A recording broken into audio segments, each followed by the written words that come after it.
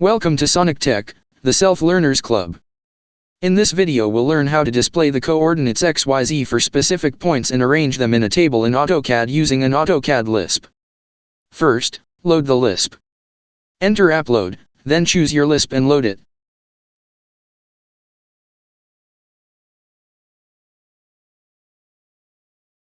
Type RT to activate the Lisp. First, enter the upper left of the table.